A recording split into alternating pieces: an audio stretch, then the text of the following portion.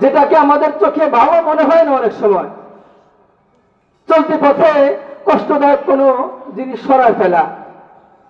এটাকে অনেক সময় আমাদের কাছে ভালো কাজ মনে হয় না, এটাও অনেক বড় সওয়াবের কাজ। হাদিসের মধ্যে আসছে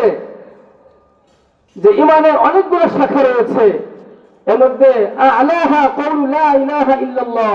ওয়া আদনাহা ইমাতাতুল আযা আনিত তারিক ওয়াল হায়াউ শু'বাতুম মিনাল ঈমান।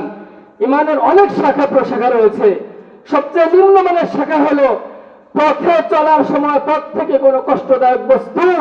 সরিয়ে ফেলা। এই চিন্তাধারায় যে জিনিসটা সরিয়ে ফেলি কারো যেন কষ্ট না হয়,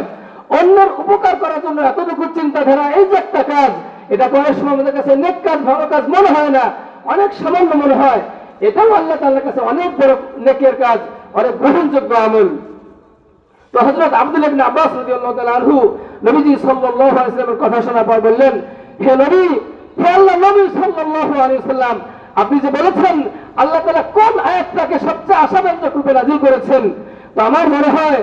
আল্লাহ তাআলা এই আয়াতটাই সেই ধরনের আয়াত হিসেবে আমাদেরকে দান করেছেন, ফামান ইয়ামাল মিসকালা যাররাতিন খায়রান ইয়ারাহু,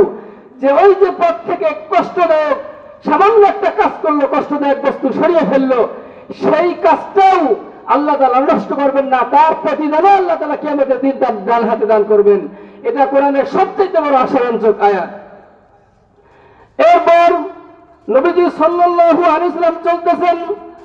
চলতে চলতে কিছু দূর সামনে গিয়ে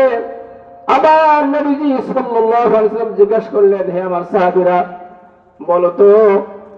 কোরআনের সবচেয়ে ভীতি সঞ্চারক ভয়ঙ্কর